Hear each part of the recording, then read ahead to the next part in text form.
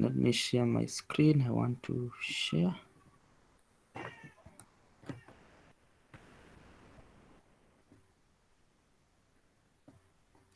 Activities.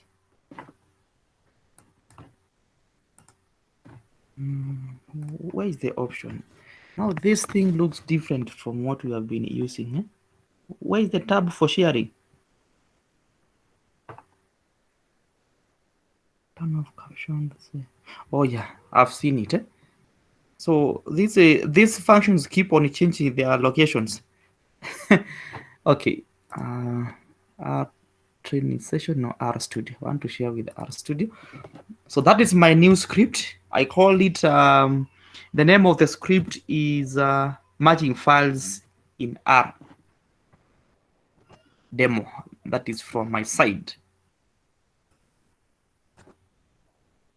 So the next thing is now to create a working directory. So we need to get a working directory. So you can replicate this one from your side. So we get working directory. Isn't that that code? And then after getting a working directory, then we need to set the working directory. So again, you use the SET, and then we copy the outcome there. After you run getting working directory, there's an output in the R console, isn't it? So we copy that.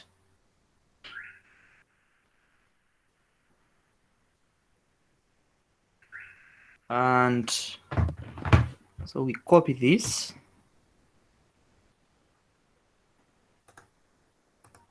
We copy that. And then we run it just to ensure that everything is working well. So we have set a working directory. Once you are through with the setting your working directory, you will notice that in the code, the last part of that code where you have setting working directory, that is the name of the folder where you have the script as well as the two data files. Do you have that in your code? Do you have that information, the name of the folder where you have the two data files, data 1 and data 2, and also the R script? Is it appearing in your set working directory? Yes. Yeah, if that doesn't appear, then know that the code will not run. Then before we start now coding, I want us to go through those two data files and understand what variables they contain and how we are going to merge them. So let me start with let me open data 1, then I share data 1. I need to increase the font of this. Here it like that, or maybe it can stay the way it is. So let me share this. So I should stop sharing the code, but then share the data 1. So that is my data 1. We have two files, and those are the variables that we have. We have the name of these variables. We have sample ID. It's an identification number for that ID. So again, I'm just using examples from my discipline. So assuming that that you went to the field and you got some samples from animals. It could be a blood sample or another sample that you get from the animal. Then that sample, you give it a number, a unique ID number, and that number should be unique in the sense that for some, if you have let's say you have like 5 samples, sample number 1, 2, 3, 4, and 5, then the number which is given to sample number 1 is different from the number that you give to sample 2, the same as that which will be given to sample 3, to sample 4, and so on, until you get the nth sample in this case. So each sample is given a unique ID number. It's a different number. It is not the same with other samples. Again, you also have the animal ID. Uh, all the animals that are sampled in this case are also given some unique numbers for identification. And again, there is no repetition of these numbers. That's why I'm referring to them as unique numbers. And then our dependent variable is also called the outcome variable in data analysis. It is what you want to associate with other variables which are independent variables. So the outcome variable in this case could be, after testing these samples, what did you find? Are they positive? Are they negative? So you have this outcome. This is where I'm highlighting the outcome. So you have some of them which are negative, but you also have individuals that are positive. So data coding is very important before you perform any analysis in R. And in most cases, when you collect data, you'll get outcome variables. You'll get let's say a variable like outcome here, which is the independent variable. And then this independent variable, you have different categories in it, which are also called levels, right? So you have negative is a level, and positive is also another level. Sometimes you have more than two levels. The same way, if we had another variable like sex of the animal, so you would have the sex is the variable, but then the levels or the categories would be male and also females. So you have to devise a way of how you are going to give meanings to these levels for each of the variable. And in most cases, you look at which of the two, like in our case here, the outcome variable, we have negative and positive. Which of these level is important to us? Which one is important to us? It is the positive category, isn't it? Because we want to know which factors really are associated with the positive status of these animals. So that is the most important level for our data. And therefore, because it is the most important level, then we should not use it as a baseline category in our data analysis. In other words, we should not make it as the level, as a reference category for comparison. And therefore, in this case, then it means that in our coding, we should give the negative as 0, so that the negative status of this animal will be used as the baseline category or the reference category in the data analysis. And then 1, we give it the positive level, because this is our main, it is the main outcome variable, outcome level that we are interested in, and actually this is what we want to compare with how other independent variables will be associated with this outcome variable. So that is how you code for your data. Just a minute.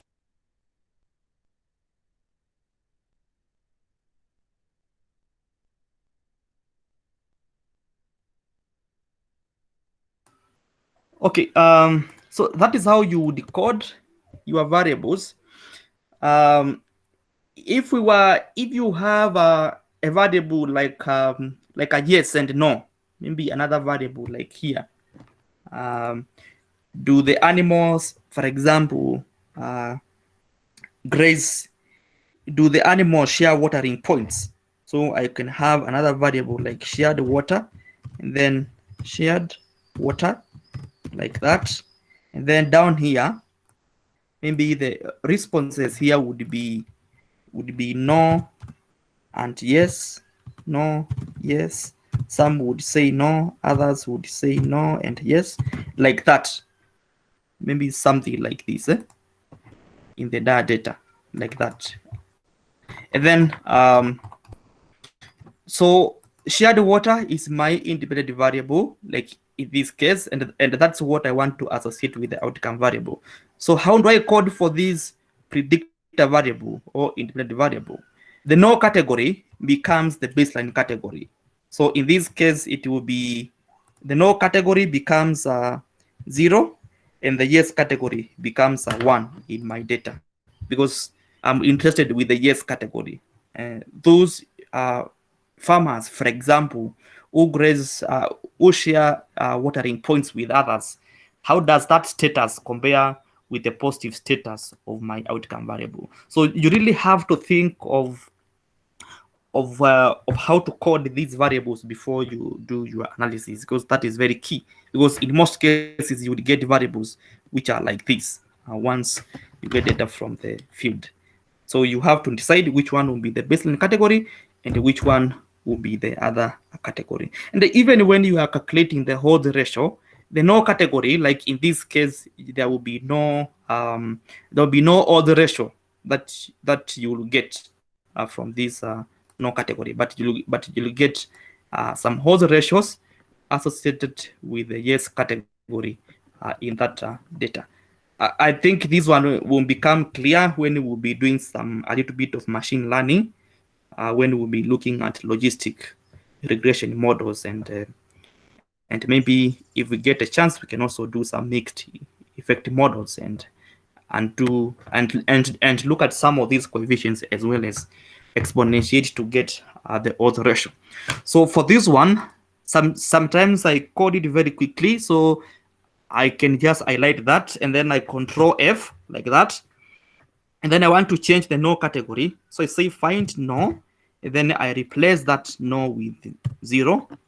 And then I say replace all. That changes. So we have 319 observations that have been changed in that data. And then again, I highlight the same yes category, and then I give this one a 0, and I say replace all. So Mr. I have Daniel, successfully. Yes. So I can Yes. see what you are doing from You the can control. see. Yeah, I didn't see anything from control file. Okay, let me repeat. So you have a variable like this. So you click on the G where there is G. Obviously, you don't have this variable because I shared the data without the variable. So you control this. That is the G, and then control F. It will open a new window with find and replace, isn't it?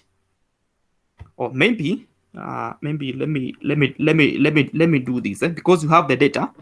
Let me copy this, just create a new variable, say insert here like this. Then I copy this, that variable, I copy it there, the entire variable like that. And then I want to give this one a meaning, some coding like this. So I want to replicate what I did with this case.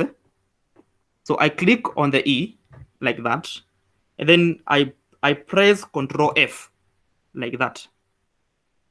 So once I press that Control F, then it will open a new window where there's find and replace. So I want to find in that column, I want to find negative. So I write negative there, negative like that. And then I want to replace negative with a code, which is 0, isn't it? Because that is the baseline category for this data. Then I put 0 there, and then I say replace all. What happened? This replace all. Maybe let me delete this like that. So again, let me repeat this: negative, replace negative with 0. Possibility is protected. What happened with this? Okay, let me copy this like that. Replace. Yes, I think now it is working. So you control F, then you type negative, and then you replace with 0, and then you say replace all. So it will replace 477 observations in that column. Then I say okay. I do the same. I want to find positive. So Control F, positive again. I write positive, and then I want to replace this one with 0, like that. Or perhaps I should have okay, just a minute. Were you able to do that? Were you able to replace those variables like what I have done? Were you able to create that new variable and replace it with the coding? Or maybe I should have shared my entire screen for those. Let me share the entire screen. Share the entire screen. But now this one, it appears that it is not possible. Oh yes, it is possible to share the entire screen. Okay. Can you see my screen? The one with where I'm showing data 1, Excel. Yes, I can see it personally. You're You still can see presenting. it. Yes. Yeah. Then so this is now what I meant. I want to repeat that step again. So I want to create a new variable just using this one, assuming here we have the outcome variable like this. So that is what we have from the field. So I want to create a new variable. So just say insert here. Then I copy this. Sometimes I like having both the text and also the coded variable. So I would call this one, I keep this, and then the second variable I put underscore there, outcome code, like that, so that I can just know what does 1 and the 0 mean in that variable. So I highlight this, so I click where there is E, like that, then Control F. You know the function for finding something in a document, right? And then I write negative here, negative, then replace that negative with 0, like that. Then I say replace all, and what I get is all done. We have 477 replacements that have been effected. Then I repeat the same, Control F. Then this time around I want to code the positive variable, so I write positive there, and I want to replace the positive with 1, like that, and we have 51 observations that have been changed. So you have a variable like this that I had coded initially, and since we have 2, then I can just delete 1. Let me delete this, so that we have 2 variables here, the one with the information on what does 0 mean and what does 1 mean in this code. So the next thing is you can save this variable, the one that we have created. So again, you highlight, you click on the top there. After clicking on top, there's a tab there on the right side where you have sort and the filter. You can see it. Where you have sort and the filter on the right side of your Excel sheet.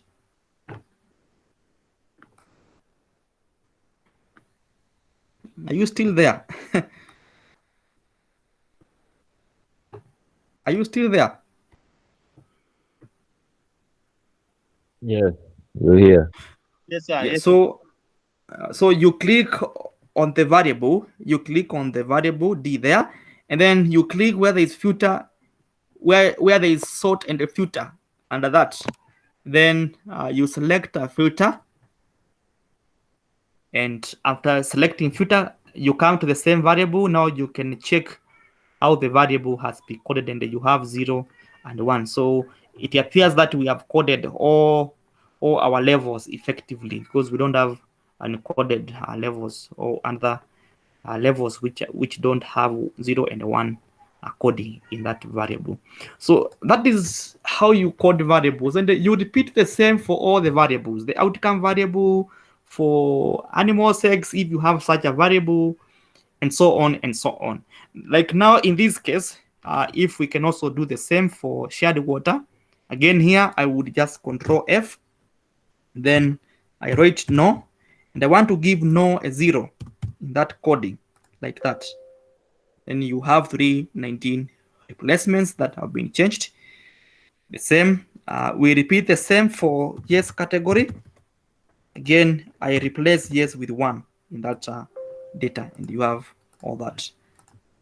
So that is how you code. So you will end up with a variable which has a coding of 0, 1, 0, 1, and stuff like that. That should be replicated for all the variables before you can do a data analysis.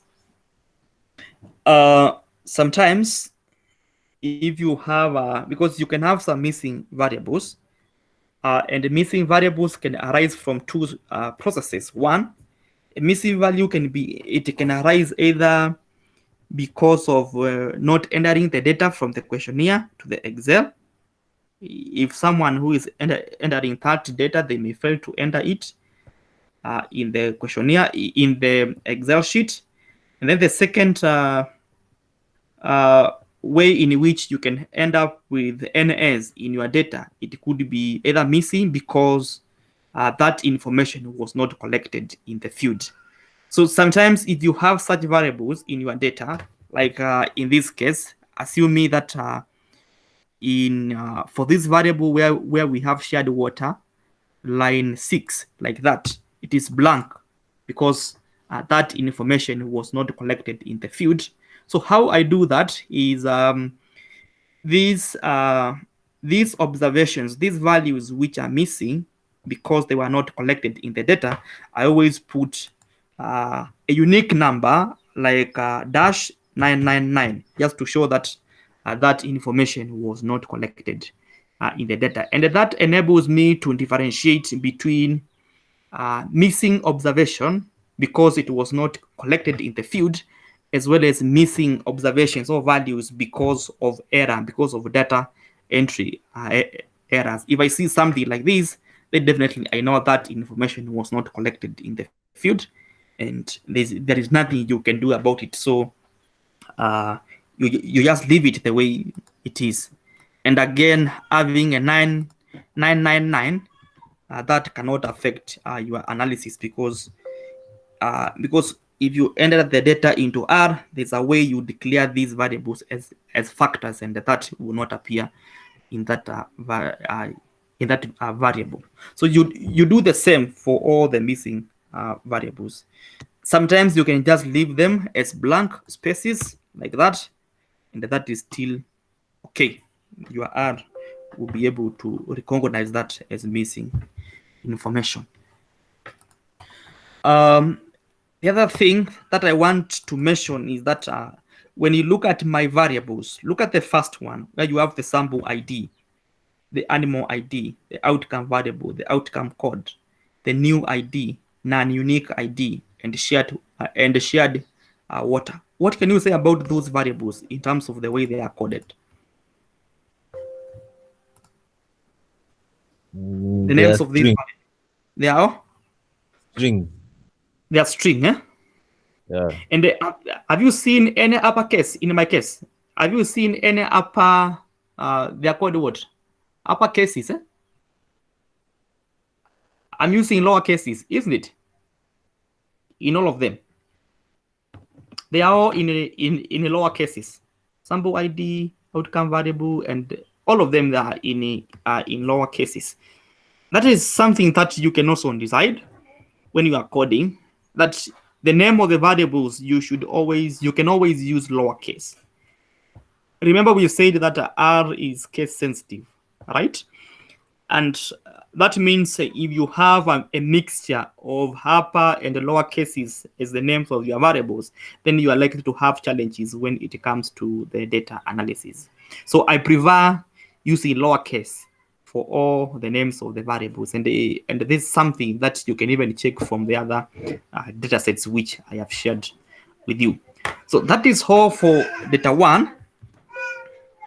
So let's look at data 2. So we're gonna save this one. Again, this is already in a CSV file, so we don't need to convert it to a CSV. Is it a CSV, or maybe I can check? Let me just confirm. Perhaps I shared the one which were not. Yeah, it is a CSV file. All of them were CSV files. So I gonna close this. So that's data one. But before I close, also look at these unique numbers. For you to be able to manage datasets, then you need one variable which is unique. Unique in the sense that the values are not repeated. And here we have quite a number of options. We have sample ID is one of them. We also have animal ID. We also have a new ID, and also and non-unique ID. This is not unique, and we'll find out what happens if in situations where you end up with a non-unique ID. Look at this. Look at the first number one, number two, and number three, where you have A1 and A2. That is repeated. That means we are going to have challenges if we decide to use the non-unique ID to match data one and data two.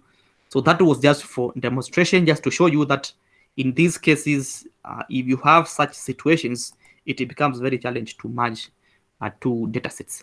But the new ID, this one, it is very unique because you have H1, H2, H3, all the way up to the last observation, which is, I think, about 532.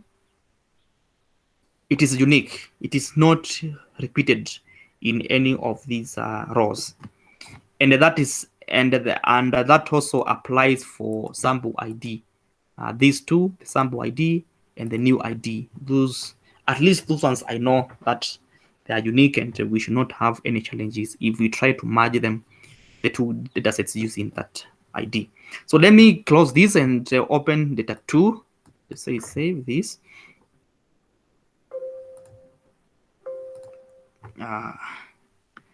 Data 2. You can also open data 2.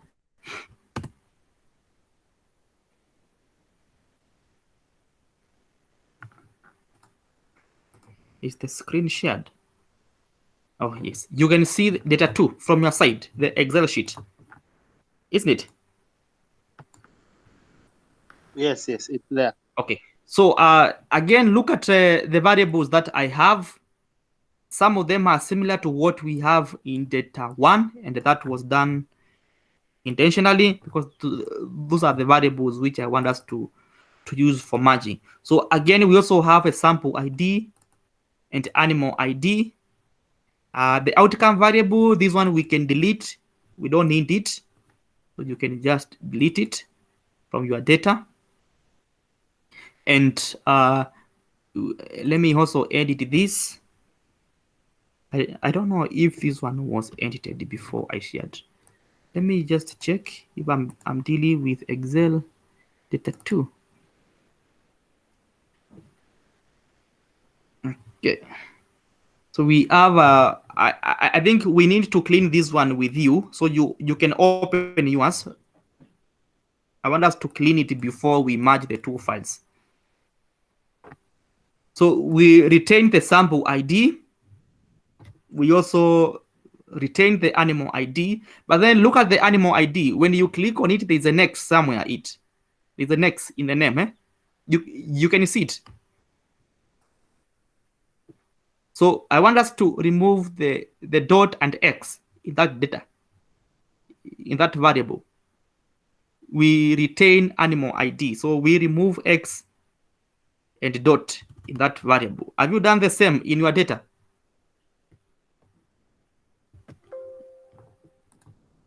Please do the same thing that I'm doing on my side. Because if you make a mistake, then you will end up with some issues, and we'll just go back to the data again. So it is better that we do it the same at the same time. So we retain the sample ID. Look at the name of the variable from my side. It is sample underscore ID. We keep that. Animal ID, it is animal underscore ID. I've removed the dot X. Outcome variable, we don't need this, so you delete this column because we have it in data 1, so we don't need this. Animal ID, since we have the second variable, the one that we corrected, then we can also do away with this, so you can also delete that. Add ID, keep that. Add size, add code sex, keep that one. Livestock species, keep that. Status of the animal, age, code, and the others. Just a minute, I want to plug my laptop to power. I don't know why I keep on forgetting.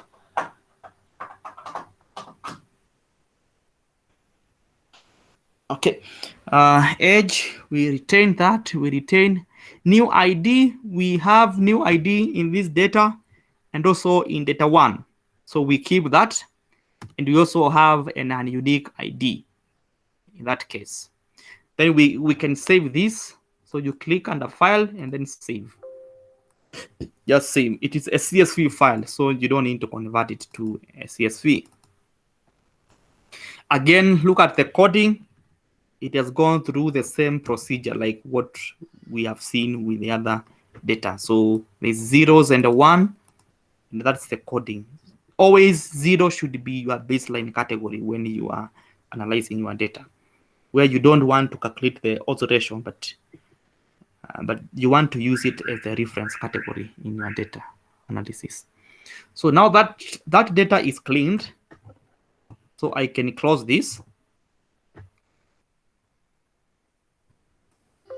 Just save it. The CSV. So the next thing is that now we want to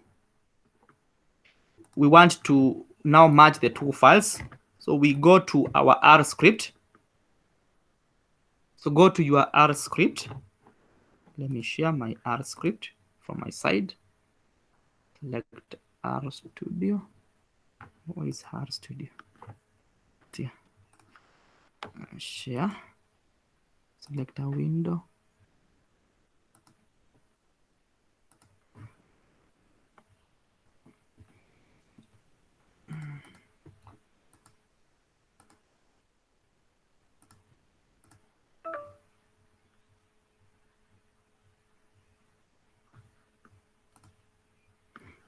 So again, I want to share what happened now.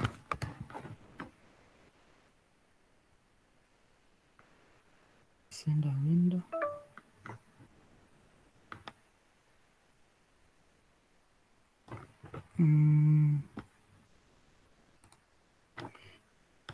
Just a minute.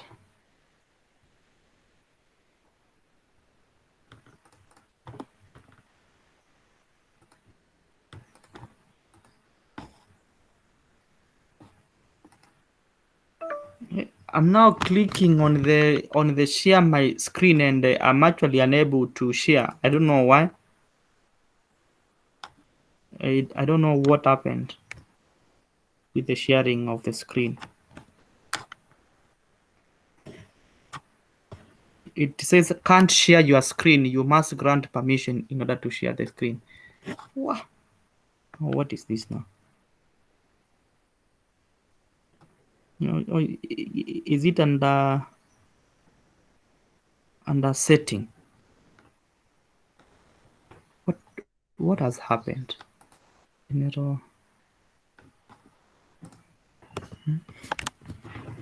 I'm unable to share my screen, which is something which is unusual.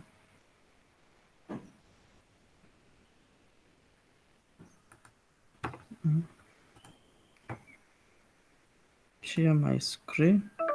You must grant permission. Does anyone know how to navigate this?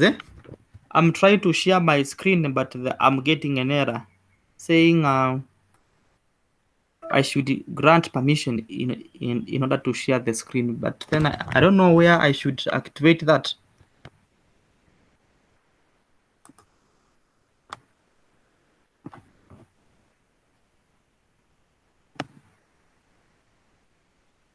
I Anyone think with yes? Ian Maybe, can assist. sorry.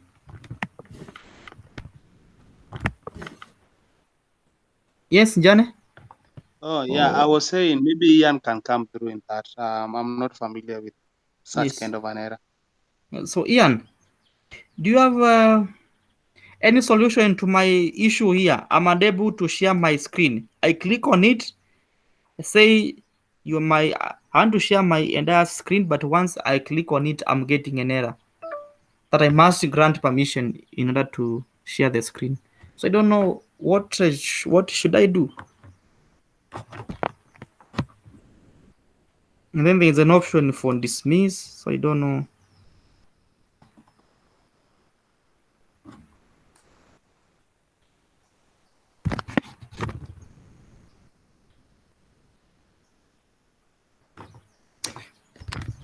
Technology sometimes has a lot of issues. Where should I click now?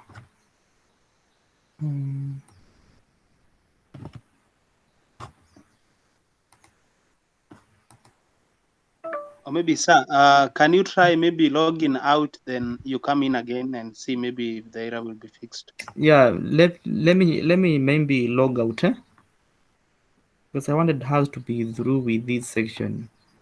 But let me just log out and log in again. I see if it will be sorted.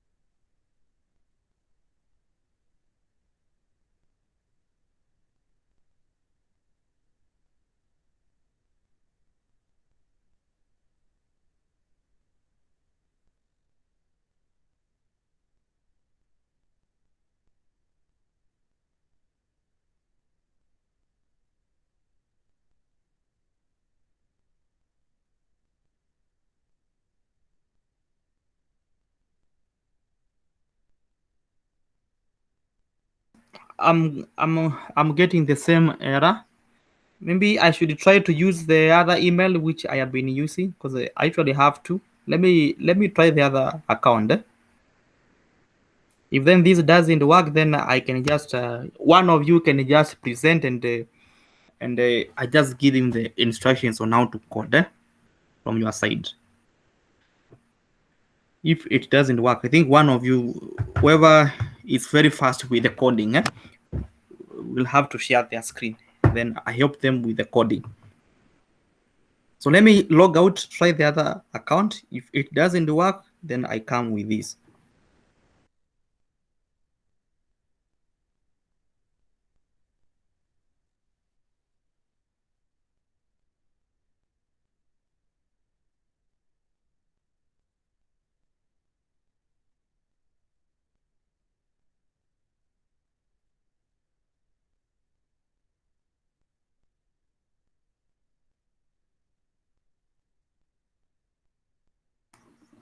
I'm using now the other account. Let me try to share. At least I still have the same error. So I want one of you to share your screen. Who is very fast with coding? Who wants to volunteer to share their screen?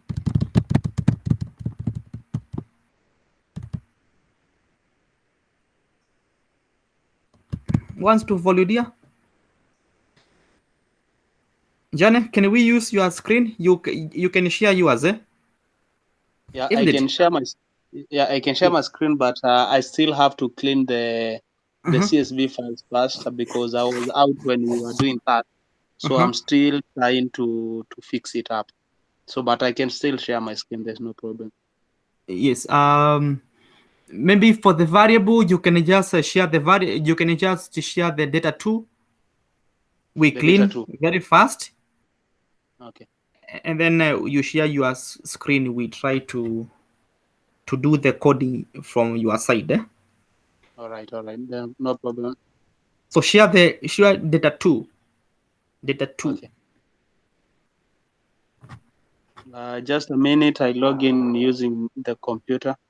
Okay. I'm logged in using via phone. Maybe I can try fixing it with the It's computer. okay.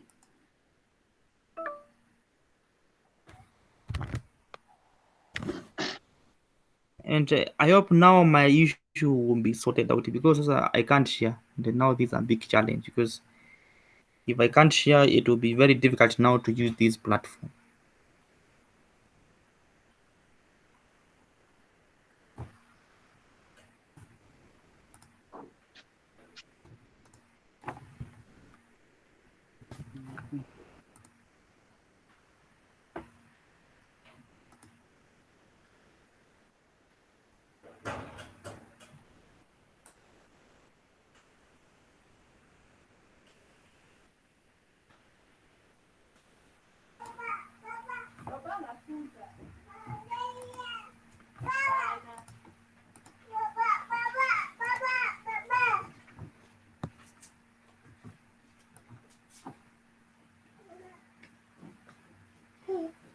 Mhm.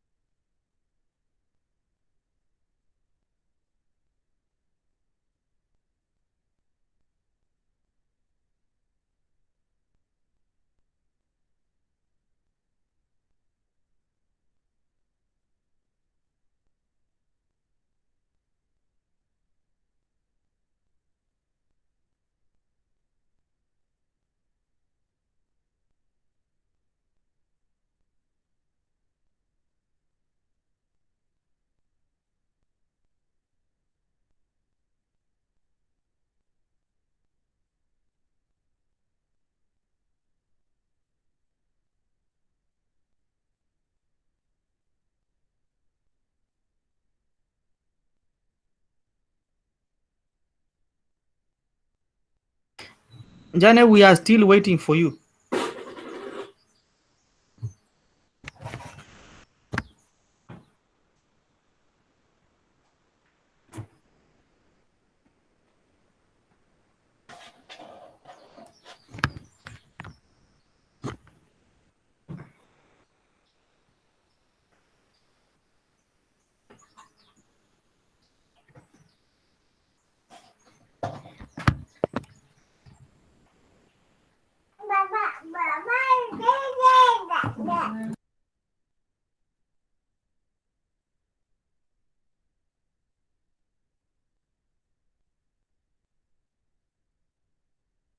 Sorry for the delay. I was trying to find the link to join.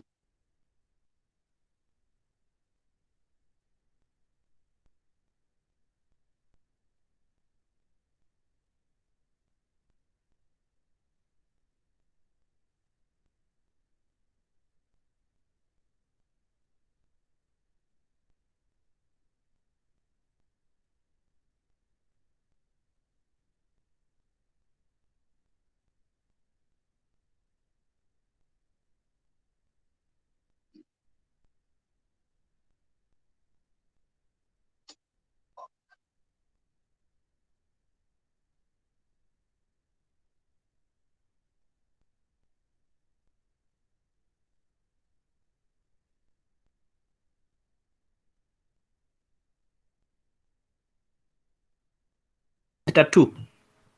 Yes, I'm loading data too.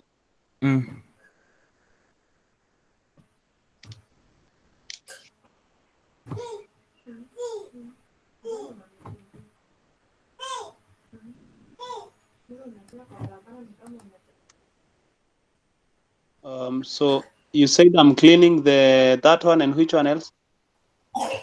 We want to clean.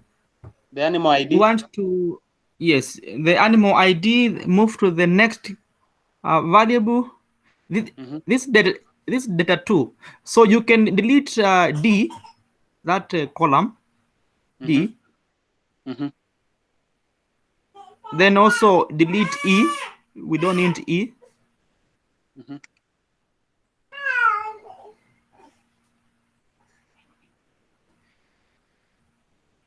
You can also, yes. Then I think the others are okay. You can now save. Just Mm-hmm. save. Then I want you to go to the script, the R script. I want you to create a new script. A new script. So you go to File, New Script, R script. Then go to File again. I want you to save. Go to File, then save in the same folder where you have that data. You can give these you can give a name to your script.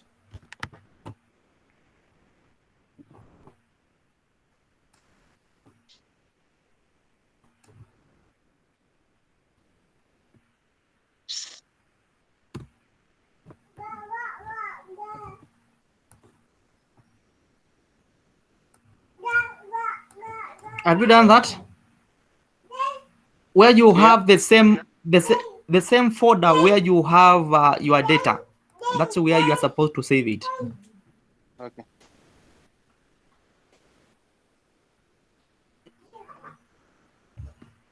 Where you have data 1 and data 2. Iko wapi? Yeah. You go in other sessions. Then give a name to that script. File name. There's no name. Just call it merging data. Merging data.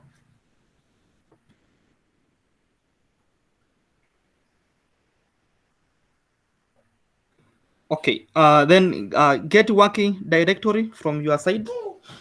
Get working directory.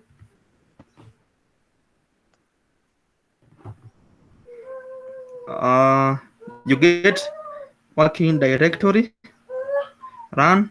And I still have the issue here.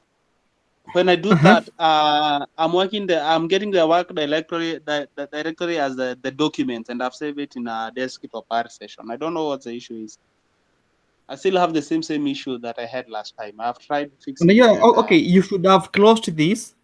You should Mhm. have closed the R Studio, Mhm. and then go to the same folder and open merge data code. So you close this. Also save this. Save that. Then yeah. Then go to where you have merging data. Then get a new working directory from there.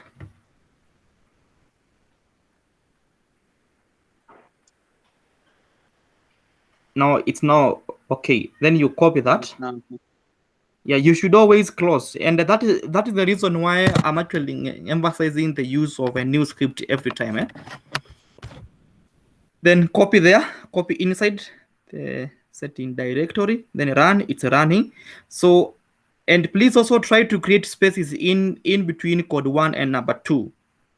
You can create a space, enter, use enter to create a space in between get working, yeah, like that, so that it is clean.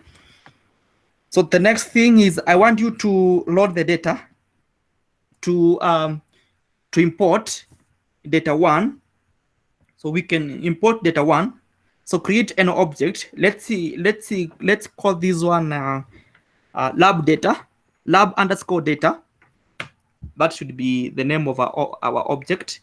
Then that sign, then read.csv, because it is a CSV, you select that one. Then inside brackets, what was the name of the data? Data 1, isn't it? Yeah, data 2. Data underscore 1. Was it 1 or 2? We are using data 2. We are using both. So Okay, we are going to load all of them. One as one ONE. And that was a CSV. So .csv. CSV should be in caps. .csv. And please ensure that because that is a string character, it is inside brackets. Okay. Then comma and header is equals to true.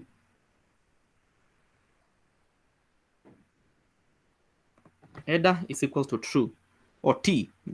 Just write T. Capital T.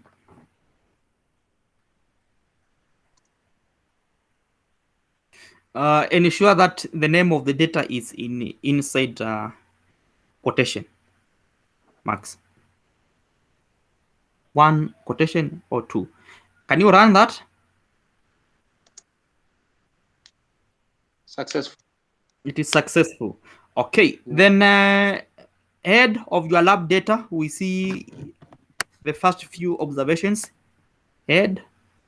The word head.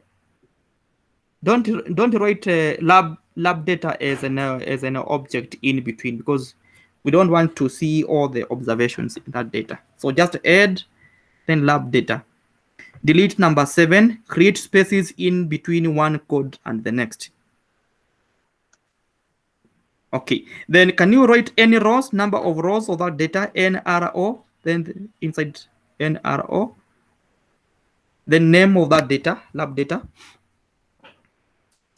Then run all of them from 6 to line 10.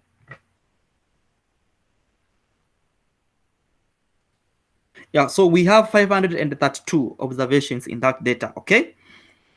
We can check the dimensions, the DIM of that data. DIM. And please learn to create spaces in between your coding so that it is tidy.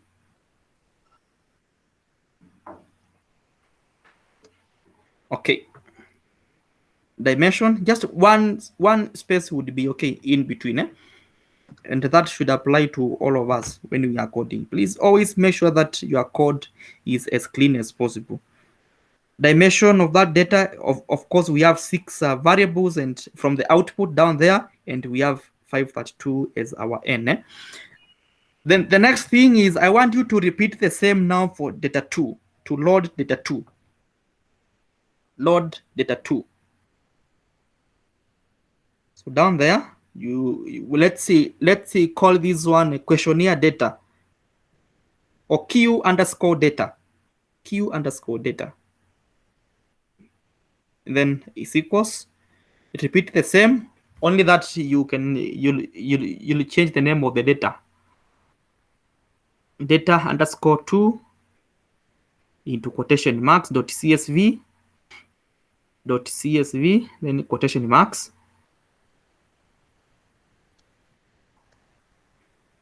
Comma header is equals to true. T.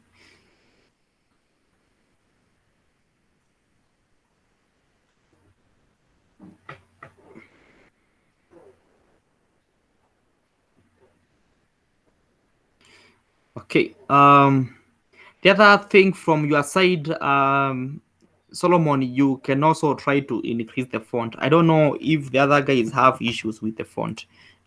Do you have any issue with the font? You can try to zoom under tools. Yes, I think it is under. No, it is under view. Can you check under view? View. Then zoom in. Is it in or out? Yes, like that. Always try to increase the font. Then check the head of Q underscore data. Yeah, I think now people can see the head of Q data. Also check the any rows of that data down there. Any row of Q data.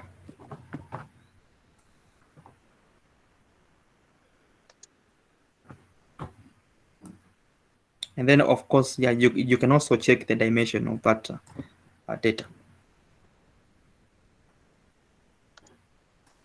Okay, so now we have successfully uploaded our data in R. We have data in our R working environment. So the next thing is now merging the two data sets, lab data and the questionnaire data, lab data and the Q underscore data. We want to merge them so that we have one file with all those variables. So down there below code number 20, I want us to create a new object. Let's call it new object. Down there, new data, just write new data. New data is one word, or maybe it is still okay. You can just have it as a new, then underscore data. Then we are going to use the merge function. So write merge. It should appear. Merge, select that one. Then inside that brackets, I want us to write lab data, lab underscore data, lab, comma, then Q, comma, then Q data, Q underscore data, then comma. Then what are we merging with? You remember when I was talking about unique variables, like we mentioned about the animal ID, we also mentioned about the new ID, the non-unique ID, and the stuff like that, and also the sample ID. Those are unique IDs, are unique variables which are appearing in the two datasets, and therefore we can merge our two datasets using any of those two unique IDs. And mostly, I want us to use I want us to use the sample ID. So you can say in that code number 23 after the Q data, you write by is equals by is equals, then into brackets, into quotation marks. And I don't know why by was not able to, it was not appearing when you wrote by there. I don't know why it was not appearing. Okay, just write a comma by. Okay, it's okay. Then inside the quotation marks, you write let's merge by sample ID. So quotation marks sample ID. This one doesn't have to worry you because all these are for all these variables we are using a lowercase, and then before you put that brackets, you can inside after the sample ID write a comma, then all is equals to true because we want to merge all the rows into the columns in the data. All is equals to true. T. Can you run that? It's working, eh? Okay, yeah. So down here, line 24, you can write head of that data as well as the dimension of your data. Head of new data.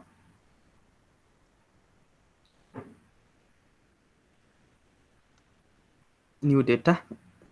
Can you run that and you show us the output? Yeah, sure. Show us the output so that we can check with the names of the variables. Under the console, just ensure that we can see the output. Mhm. Solomon, I want you to display the name of the variables. Yes, in your yes. Now look at that. Look at so we have add ID, sex ID, livestock, and we have how many um how many variables do we have under dimension of the new data DIM?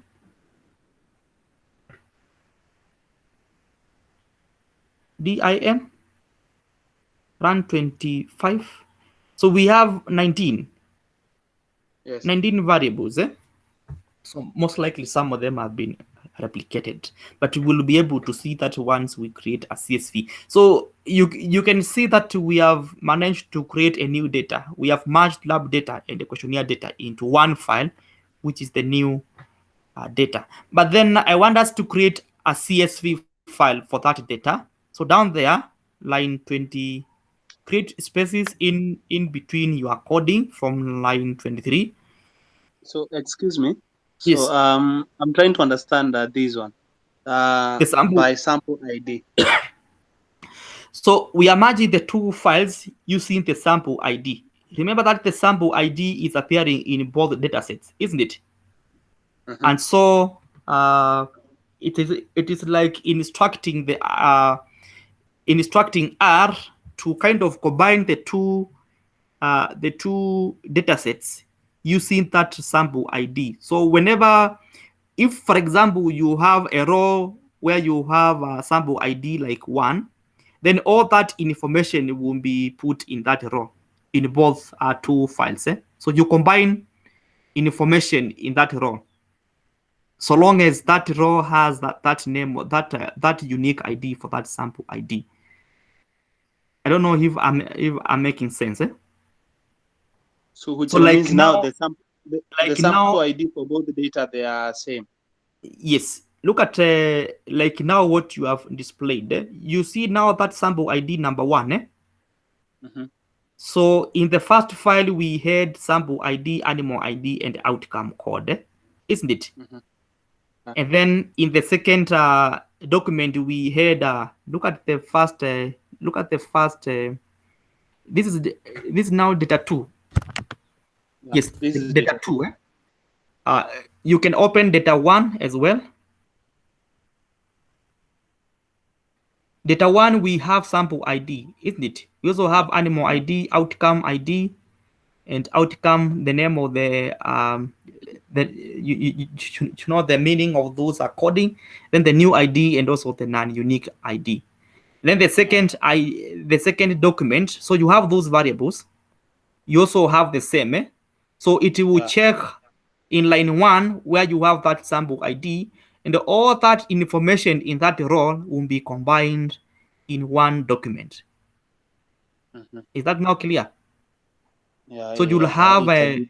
like number 1, like number 1, serial number 1, you have the sample ID, you have the hard ID, and all that other information. All those observations in that row will be combined in one row. Look at the output from your R console. You have all that information for that sample ID number 1. The first Mhm. few the first few what the first few variables are from questionnaire number 1 up to where you have non-unique ID, isn't it? And Yeah. then you have the same information repeated for animal ID, add ID. Now that is the information which is coming from the second questionnaire. Okay.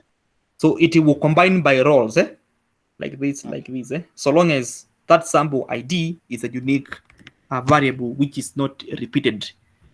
It is So unique for each. Yes. must there maybe be the unique maybe unique variable, Yes. maybe 2 unique variable, maybe 3, or it is Um. always be.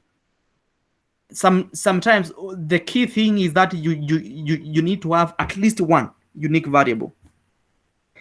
If you don't have any unique variable, then you can't combine two files. You can't. You cannot combine two files if you don't have any unique ID. In our case, we have several options. We can either combine by sample ID, We can also combine by the new ID which I created. Perhaps maybe you can replace sample ID there with the new ID. That is also another unique ID. In line 23, you can just replace. Don't delete everything. Just the name sample ID. Where you have sample ID, delete the word sample. Yes, or you are copied down there. Write new ID there.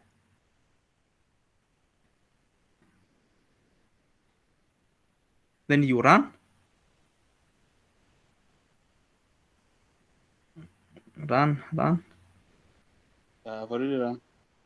It's running. Then it is running, but I can't see the head and also the dimension of your data. Line 26 and line 27. Yes, you are getting the same output, isn't it? Yeah, sure. Yeah, and that means I want you, when you are free, just open the two files and look at those unique IDs. They are appearing in both files and they are not repeated. And that's how you can actually combine two files. So you should always have that unique ID. If there is no unique ID, then you are doomed. You can't combine them. So there are quite a number of options, and actually that's what I wanted you to do at your own time, to combine the two datasets using new ID as a unique ID, and try also combining the two files using the non-unique ID. Perhaps you can also replace that for line 25. Maybe you copy line 25 down there, and that becomes your line 28. And whenever you are creating new objects, always give objects new names. Like, for example, you can change number 23 to new data. I think yes, number 25 can be new DAT, something like that. And then line 27, you can create something like new data or new D, yeah, stuff like that. You should always create. Also change line 27 and 28 and 29, so that they have the same name of object as line 27. Okay.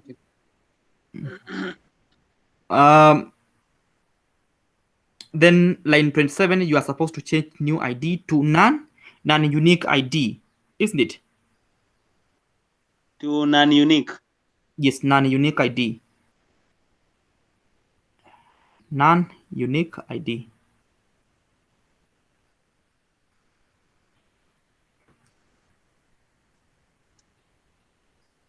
Then you run. Yes, change that. I think, Jane, you are learning a lot. Yeah, sure. Thanks. We have how many variables? I think now that will be evident when you look at the data. You will realize that in the data there is a lot of replications. What will be n? What will be your n in your? It will be interesting also to check what is the n for the new _d variable. Can you check what is the number of rows? Number of rows for new _d, because that variable was not unique. I think it should be able to give more than 532. I believe so. Then you can run it. Now look at the output. It is 534, isn't it? We were expecting to get 530. 532. Like that is what we were expecting. So I want you to open data 1. So is it data 1? Yes, data 1. So that I can show you something in that data. Look at that non-unique ID where you have A1 and A1 being repeated. A1 and A1. The first two values. Yes, they are. Yeah. That means in such situations, when you have an unique ID which is repeated, then it will create a replication of your data. That means line number 2 and line number 3 will be replicated in the new data. So that's one of the effects of this non-unique ID. Now that emphasizes the need of having a unique ID when you are merging your data sets. If you are to change, for example, if you are to change L1, the second one, to L2, maybe change that. Change L1, the second one, to A2. To Yes, that one, to L2. I don't understand you. I change it to A2. Yes, to A2. Okay, also do the same, save this, and also do the same for data 2. Save this. Also change the second one to A2, like that, and then you save. Save both files and ensure that you save both files. Okay, now go to R. Go to R. I want you to run from the start, from the up there, or maybe no. Yes, from the top. Just run from the top, because we have done some few changes. Not from there, from number 1. From line number 1. It is like loading the data afresh. Or you can just run number 6. You can just run number 6, or maybe run from number 4. Sorry, number 4 up to, yes, up to the new, yes, up to there. Just run that. It is now 532, isn't it? Yeah. So that means we have successfully created a new unique ID for our data, right? So in this case, so you have sample ID, you also have new ID, and the non-unique ID now in this case becomes a unique ID for merging your data sets. Is that now clear? Yes, okay. It is clear. The next thing that I want you to do is to create a CSV file for your data. So below number 31 or number 32, you can just write create a new CSV for merged data. Creating a CSV file for merged data.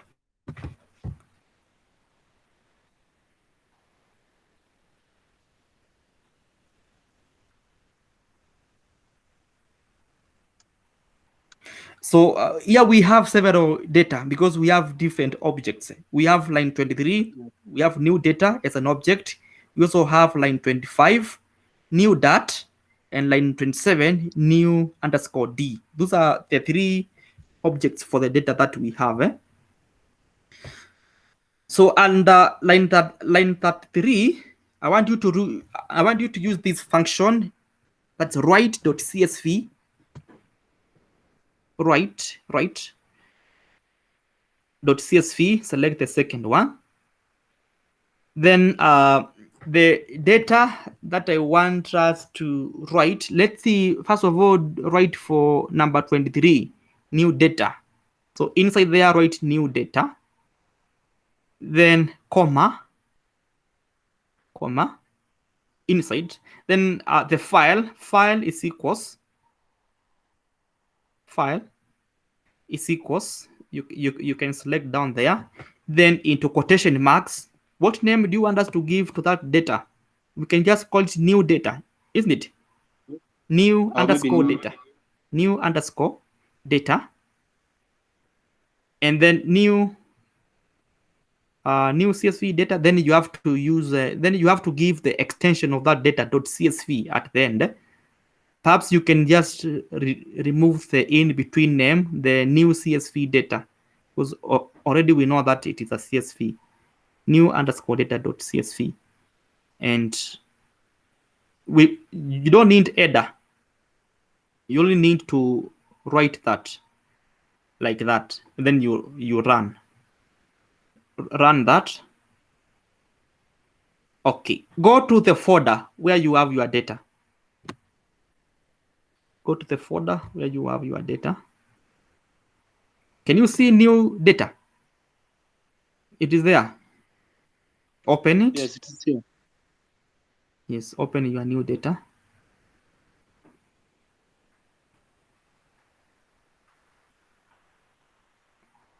Is it opening? Yeah. Click on the new data. Yes, new data. New data. Click on the new data. Oh, you are yes there. Click there. Now look at the data. We have all the variables that were in data 1 and also in data 2, isn't it? Sure. And now that data, sometimes you need to clean it. You can maybe you can make your screen full. You can make your screen full so that we yes good. Can you click where you have your cursor? Just move horizontally, one variable at a time. You have from sample ID where you have sample ID. Mm-hmm. Sample ID. Sample ID. Can you see another variable with the same name as the sample ID? Another. Do we have another variable with the same? No, There's there is none. no.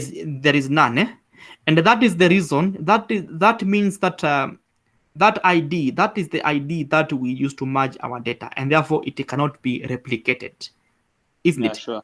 But when you look at the animal ID, you have animal ID where you have animal dot animal underscore ID then dot y, and you also have animal underscore ID dot x. The second one, there must be x and y. I think the first one should be x. Yes, it is x. That is a Yeah. replicated variable in your data, and therefore you can delete one in your data. So now this is now part of cleaning of data. So you can delete one, then check the name of that variable. You click on the sample ID. We want to delete something. Click on the sample on animal ID, the second one, the animal ID. Click on it. The animal ID, the word animal ID. Then up there you can see that there's a y, so you can delete dot y in that variable, so that we remain with the same name as the original in our data. So you do the same for all the variables that are replicated. Like look at animal ID, it has the same issue. Non-unique ID, it has the same issue. So you delete one and you delete those. So you can delete dot x. Then check if we have a new variable with the same name, you delete it. New ID. We don't have new ID, new underscore ID. I think it should be there. Look at the end of your file. Towards the end.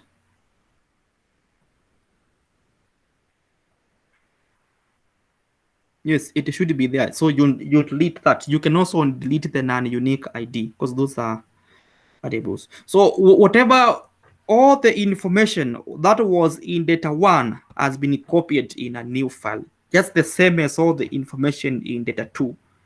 So you end up with variables that are replicated. Also change the name of non-unique ID. Non-unique ID. I think it should. No, this one doesn't have an X. And then also you can also remove X, that is G, because G is that is a serial number for observations. We don't need that because already we have A, which has the same information. And now that data is now ready for analysis, isn't it? Yeah. So you can save that. Then go back to our R script. You can also do the same for new data. That's how you create a CSV file. So you just change the name of the object in line 34, and then you give your data a new name.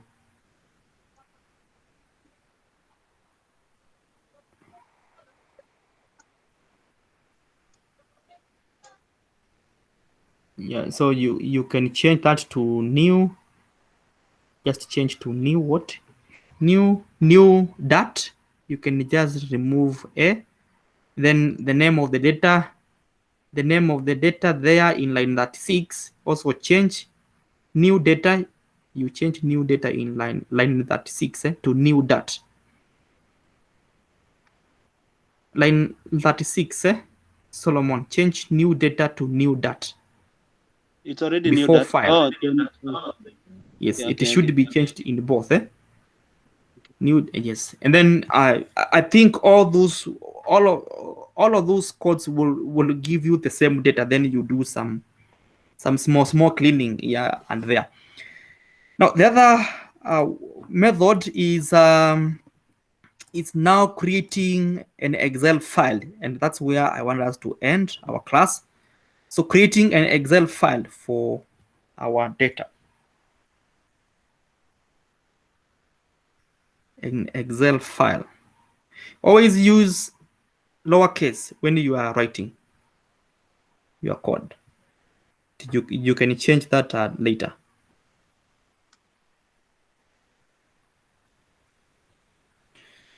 So there's a package which is called Write XL, but I don't know if you have that package in your laptop. Do you have internet, Solomon, from your side? You have very strong internet. Yeah. Maybe we can install the package from your side, so you can write the function for installing. Oh yeah, So or maybe package use that other shortcut. Write XL. Write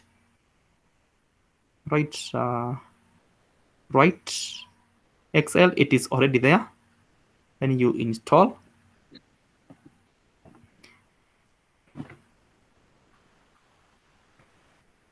Unspecified installing. Yeah, it is working. Good. Then now write library or required to load this the package. Library. Then write Excel. It's already there down there. And then the function is the command is write underscore. You select that XLSX, and then the name of the data, we can just write new data. Let's see, use the first object, new data, and we give file is equals file, comma, file is equals to new data into quotation marks. New data underscore Excel, so that we know it is Excel. New data underscore Excel. And then the extension, always put the extension of the data under the file dot XL. Are you using caps? Yes, XL. Yes, I'm using caps. Yes, XX. Maybe we can try that. If it doesn't work, then we can check the code. Can you run that? Line 40. But I think it should be lowercase. Look at the function. The function is write underscore XLSX. So use lowercase. If it doesn't work, then we can try to put it to have and use argument. Make it capital.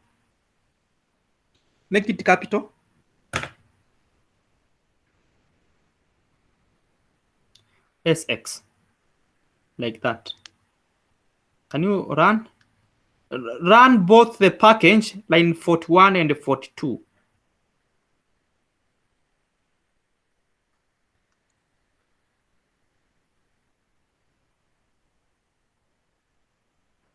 There's an error where unused file.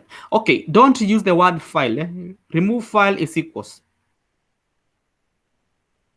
because it is it says that it is unused argument, like that. It appears these are just as a simplified code. Then run. It's good. running. Then go to your folder where you have your data. and locate the data from your folder. Do you have it is there? So again, this would require some few editing, just the same way what we have done to new data.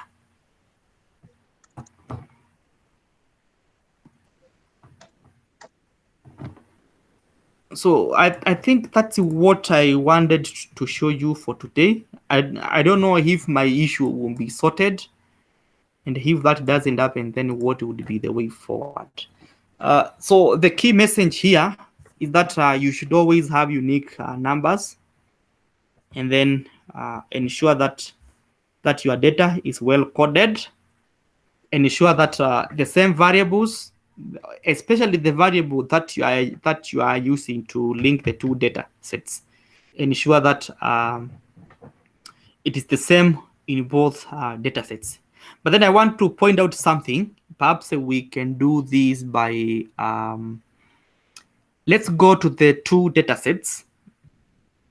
I want us to change something. The two data sets, data 1 and data 2.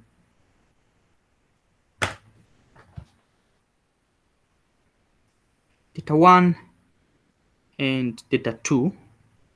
So you open data 1 and data 2.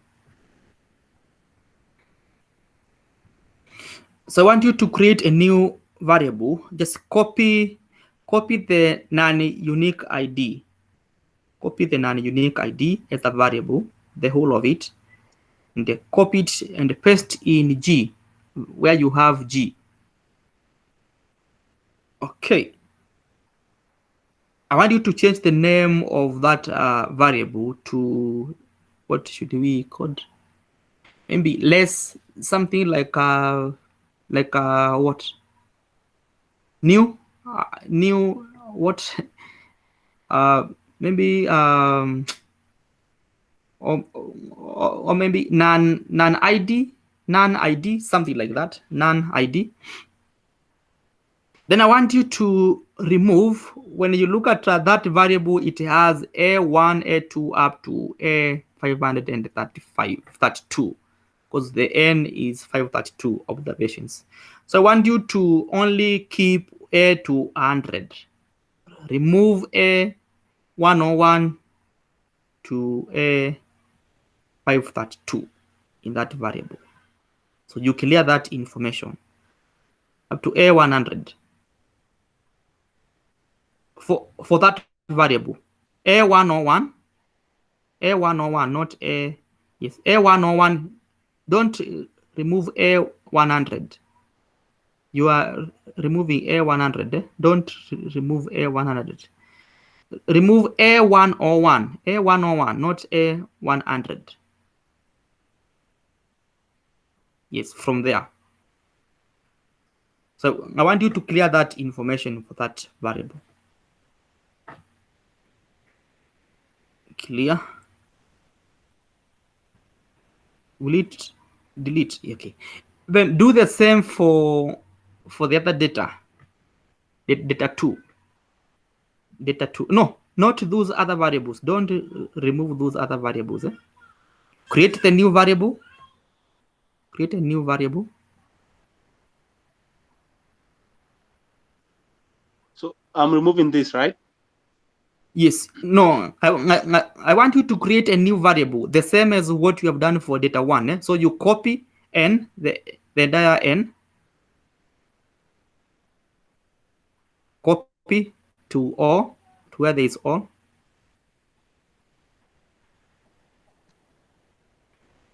You copy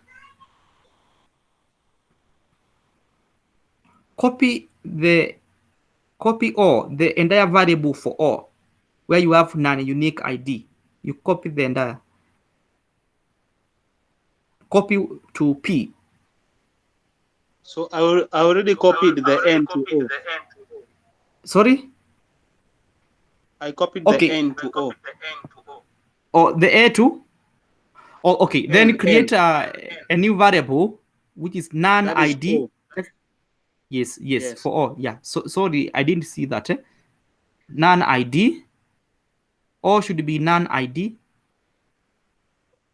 You edit that non-ID like that. Then again, remove from number 100 to 532. The same way you have done for the other variable. I start from 101. Yes, 101.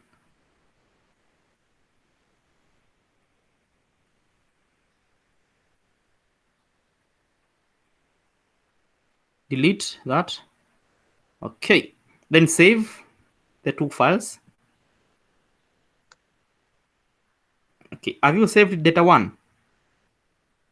Yes. Okay. Then go to R script. Then line, I want you to copy the code for merging up there in line 44. Copy the code for merging. It is up there. Up there, I think it is up there. Line 27. Just copy line 27 like that. Copy there. Then I want you to change non-unique ID to non-ID. And then I want you to change the name of the object as well. Maybe you write new C, new D, new Q, whatever you want to use. New C. Okay. Use lowercase for that. I don't know. Or maybe just write new, just new, like new or new E. Yeah, that is okay. Then go to up there. Up there, line number 1 and 2 and then number 3. So I want you to run because already we have a new data. So run 4 to 15. Run number Let 4 me do to some. Let me Sorry? do some correction here. This one, the name, I give it. Oh new yeah. ID. Yeah, new ID. It should be the same. Then save. So run So I 4 run to run number 4 up to number 15. 15. Don't run the entire thing, eh? Up to number 15. Then run. We have our two data sets. Then go to line 45. After running, go to line 45. 44, sorry. Run number 44. Then down there, write header. Header. Header. Head. Yeah, add, sorry. Add, then new E. New E. New E. New E. Yes, new E. Then down there, write any rows is equals to any row, then the name of the object, any row into brackets, new E. Can you run those two?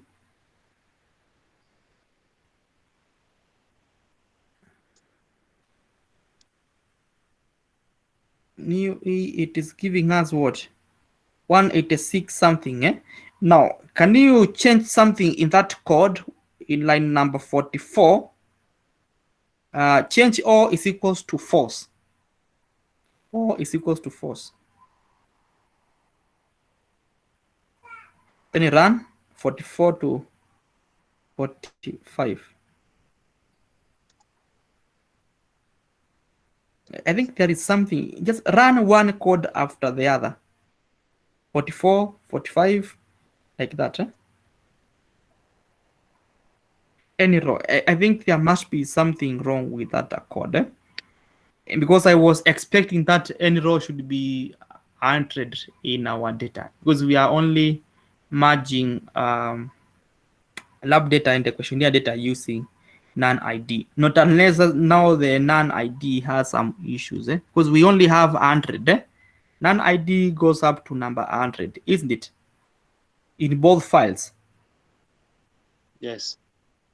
Yes. 100. And And in the other data, it is the same, data 2.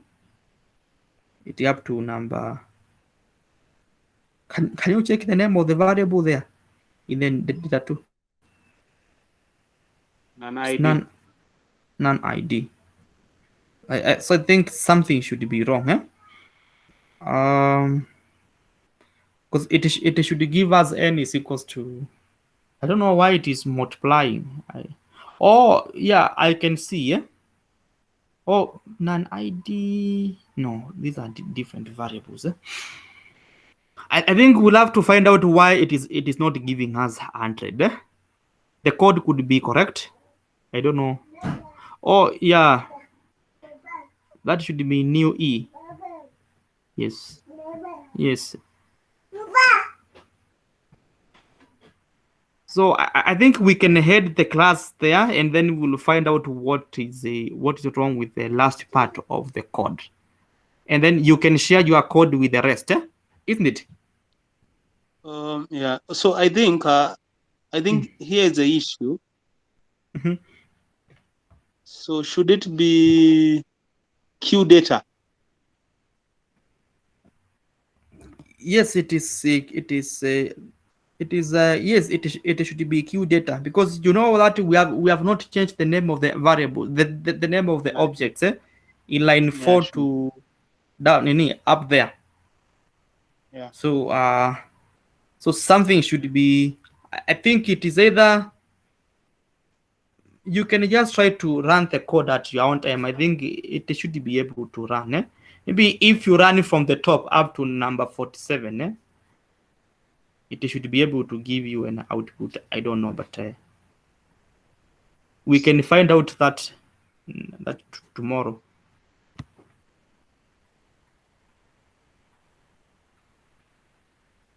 Tomorrow we have a public holiday. So what is your take on that?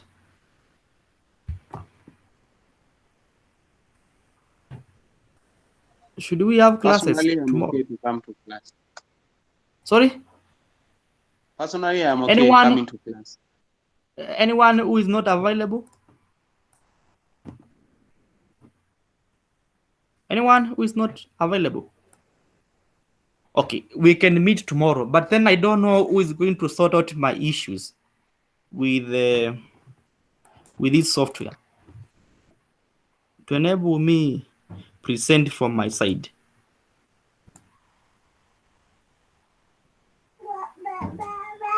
Maybe Solomon, can you try to stop sharing your screen? Okay.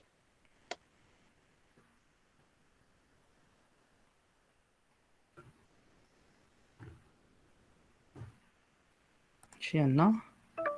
I think the same error that I have from my side. Maybe we will try to sort out this. If it doesn't work, then I think we can just proceed that way. But I don't know. I don't know. I will try to talk to those guys to see whether they can address my issues.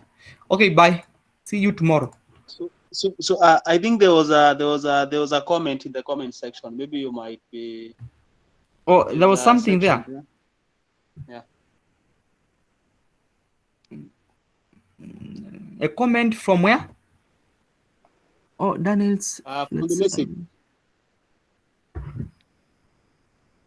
Oh, this is Victor Kirui. You can read the message. It appears very small. I don't know. Oh yeah. Daniel Lights have lost. He's asking where he can access the recorded class. Who is recording? Whoever is recording. Who is, by the way, recording?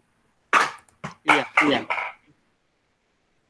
It is Ian, Yeah. So Ian, you can share. You can share the recorded audio with the Victor Kirui.